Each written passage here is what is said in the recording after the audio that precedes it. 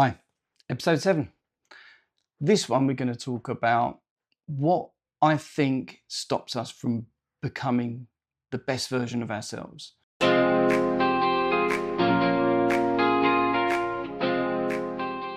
We personally put up, and I definitely put up, so many barriers in front of myself that stops me to going to the next stage. And the difference between a successful person and a non-successful person is someone that's pushing through these barriers and becoming the true version of what they can be. A lot of it you're inflicted upon yourself, and it's beating your mind. That is the key to all of these barrier breakings for you, again, to be the best version of yourself. So the first one I would say would be to embrace embarrassment. Trying something new, going to a new club, going to a gym, doing social media, putting a post out there. People refrain from doing things because they're worried of the fear of judgment and the embarrassment of doing it. I always think about, why people don't join a gym is because they don't want to be that person on the first day again. Oh, I don't know what I'm doing, and just not looking good. Probably spend more time worrying about what they're wearing than actually going to the gym. But actually, if they take a little thought about it, the people at the gym that work there want you to have a great time, feel relaxed, and come back because it's good for business. Other people in the gym understand the path you're taking and are really happy the fact that you've actually, you've turned up for the first time to push yourself and to better yourself. And they've all been there, so they're encouraging you too. So it's understanding, you know, you've got to push yourself out there and understand that embarrassment, get it into perspective. You're self-inflicting that embarrassment because you're worried about judgment from others. Well, are they really judging you? Or actually, do they want you to do that thing well? Because it betters them, it helps them, it makes them feel better themselves, or better their business. Courage to be disliked. Now, there's a book called Courage to be Disliked, which is the Adler philosophy, psychology. And this book was completely eye-opening to me. I've been down the counselling route I've discussed before, but this really just deals with how you deal with other people and other people's emotions. So my biggest takeaway for this segment would be that what we what I used to do as a people pleaser is I would turn around and I would worry about how you're going to react to the news I'm about to give to you. So that then stifles what I'm going to be telling you. Um, that stifles what I'm going to be telling you because I'm worried about how you're going to react. So I'm not being my authentic self and giving you the information that I want to give you. I'm not being honest because I'm thinking, oh, they're not going to like what I'm going to say, or they're going to get angry, or they're going to. So what I'm doing is I'm taking ownership of your emotion. I can't control your emotion. Why am I trying to? Your emotion is your emotion. And the news that I give you, as long as it's honest and upfront and wholeheartedly meant from the right place, how you react to that is how you react to that. I can't change that. I just need to make sure that my message is pure, clean, honest, as I say. Ownership of your mistakes. Now, this is a massive one for you to progress, because what happens is if you're making mistakes, it means you're stretching yourself. And that's a massive positive because you're actually going into things and you're pushing your boundaries, you're trying things new. You'll make a mistake, own it, accept it, move on. You make another mistake, again, same process, own it, accept it, move on, you know, and obviously learn by that mistake as well. But being scared to make that initial mistake because you fear the failure, then you're not going to progress. You're not going to move forward at all. Support network. Mentioned this one before, but this is really important. For me to move forward, and as I'm moving forward with you guys and doing this podcast and everything else in the business, I have created the right network. Like I've said to you guys before, is that I want to be part of your network, your support network. So let me help you with that support, but do need to find your own support network. I can't be living within your shadow, helping you. I can guide you, and we could talk on email or whatever it is, but you need to find really a localized network that understands you and understand where you need to be, because they will turn around to you and give you encouragement. And maybe when the negative feedback, or you're feeling down because something don't go right, you've got someone to turn to and go, oh, that really got to me the other day. I really feel a little bit, you know, I've lost momentum is probably a massive key one. I was talking to someone yesterday about a podcast they're doing, and they keep saying they get to a point and that they feel the momentum's just their momentum's sort of failing because they feel like they're not moving forward. Well, that's the point. You then talk to someone that's in your shadow, around you, and just say, look, I'm just losing my momentum a bit. Help me. And they'll just go, well, like this guy said yesterday, he's helping one person per day. If he's hitting that target, one person per day, then he's moving forward beautifully. And that's all he needs to do. So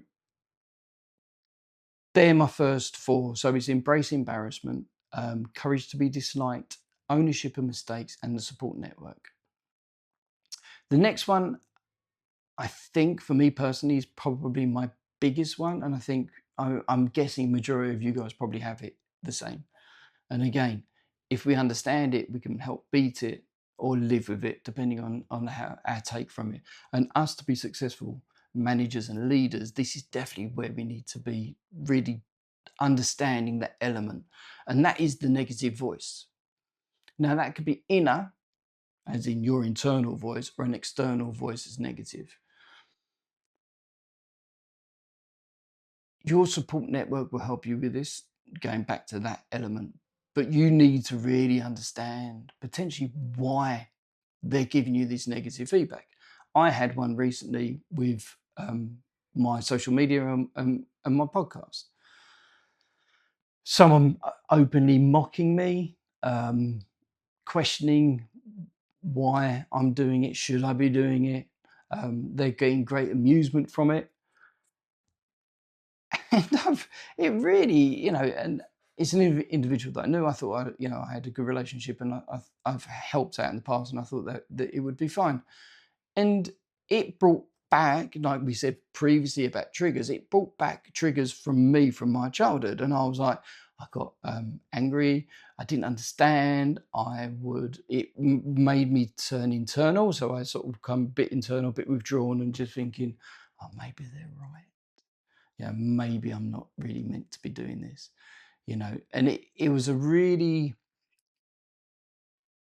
I didn't let it, it hurt me, and I had to talk about it to a couple of people, and I got it out there. And again, this goes back to the network, but it was tough. And I think if I wasn't in a better place than I am now, I probably would have struggled with that a little bit more.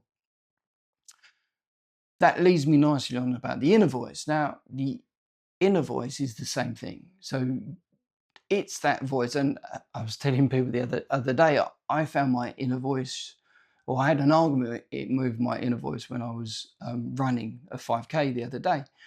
Now, usually I run it with my kids. I didn't run it this time with my kids. But I found halfway through, I was being like one of my kids. The inner voice was shouting at me, you can't do this. Why are you doing it? Give up. Can't be bothered. Oh, you're fat, you're old. Just give up. Your leg's hurting.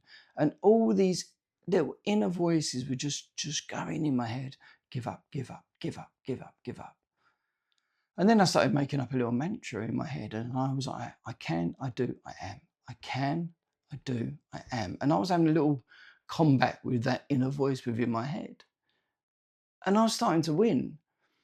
And then I was like, I can run. I do run. I am a runner. And I must have looked mad as a hatter running around on the 5K all sweating. I can, I am, I do. But it was really meaningful. And it actually sort of, it beat that inner voice. And that inner voice, I think, is there for a particular reason. I think that inner voice actually is meant to give you bigger challenges than what actually is in front of you. Because then once you smash through that challenge, like after my 5K, the endorphins that my body got from it was probably greater than if I'd done that run and gone, I can run, yeah, running's easy. There wasn't a challenge there. So maybe that inner voice is challenging you. Maybe that outer voice is actually challenging you too. So maybe we can take from this is that look at them voices and actually understand that maybe they're not there to be negative. Maybe they're there to help you become the better version of yourself. Easy, isn't it? Although it's not easy. But the principle is easy. And it is that, let's think about this together, and like kind of the tasks that I've set you guys previously, maybe let's do a little journal on this one. You know, anything that you any of the 5 items that I said, and let's run through it again. So it's the embrace the embarrassment. So, feel that feeling that you're doing something for the first time. And remember, you doing that for that first time, how great you felt once you'd done that. Don't maybe think if I hadn't have done that, how I would have felt now. And then think now I've done that, how I feel now. Write that down, because that is a massive, massive win. And that's then going to start give you encouragement again. Right, yeah, I'm feeling embarrassed. I don't want to do this. I feel cringy, but I know if I do it, I'm going to feel great. And if you journal it, it just somehow embeds better into your brain. The next one is the courage to be disliked. And that is worrying about, if you are similar to myself, think about the communications and conversations you might be having with people, and that you might turn around and say, you might water down what you're going to communicate to that person because you're worried about how they may react to it. Stop that. Check in what you're going to say. So make sure you're aware of the message that you're giving them is your true message. It could be something like, I'm not happy with a price on a job. Someone's giving me a price. I think they're taking the mickey. Now, I know they're fiery. They're going to be kick off about it. So what do I do? Do I not confront them because I'm worried about how they're going to react? Or like a PPE issue on site, am I going to not question you or challenge you because I'm worried about how you're going to react? That's not good anymore. Now you need to be going, right, well, I'm not happy about this situation, whichever the situation is. I'm telling you I'm not happy about this situation. Now, how you're dealing with it is down to you. Ownership of mistakes. We've been through that one. And I think hopefully you guys understand is that don't worry about making mistakes. It means you stretch yourself. And I always look at it like a caterpillar. The caterpillar stretches, it then goes up, concertinas almost, stretches, concertinas, stretches, concertinas. And that is how you should be looking at your development. You stretch yourself. You might make mistakes, but then you then build. You stretch yourself, you build, you stretch yourself, you build. It's worked, it does work, it's worked for me, and it's helped that sort of understanding the journey you're going to go on. You will be stretched sometimes, you will be making mistakes, but then you'll learn by them and you'll grow. Stretch, grow, stretch, grow, stretch, grow. Support network. I'm going to be there as best as I can for you guys, because again, the premise of this podcast is about giving people the support that they've never had. I'm giving you that support, but I'm not good enough and I can't do it for you. Find that network. I will potentially create a network within what we're doing here at Always Learning, and you guys can help each other out, which is absolutely brilliant, and maybe localized help can help out. But it's all about communication. It's all about just helping. And then the big one that we went through was the control of the inner voice. What I feel is probably the biggest thing that's going to hold you back is your inner voice, or listening to the voice of somebody else that for some reason feel that they want to suppress and push you down. And realistically, it might be just because they're jealous. But take it as a challenge. Take that as in that person's challenging me. That person telling me, you're questioning why I'm doing it. Well, I'm going to prove you wrong. And that, with the inner voice and smashing through that, like I said, you'll get that drug called endorphin, which gives you that same feeling as after you do a session down the gym and you feel brilliant about yourself. it's you get the same thing when you smash through challenges. So it's something that's really good for you and really good for your body. And once you get almost addicted to it, you come on, challenge me. I want the challenges because I want the endorphin. I want to feel that I've achieved and done stuff. And that is what human beings are built for. We are built to keep going, keep going, keep going. Stretch, build, stretch, build, stretch, build. And that's it. So that's number 7. Um, how can we be the best version of ourselves? And that's how I see it. And I think at this point in number 7, I think that's probably the right point to talk about now, because you're going to get resistance from people. We need to understand where the resistance may be coming from, embrace it, and think of it as a challenge. Take it easy.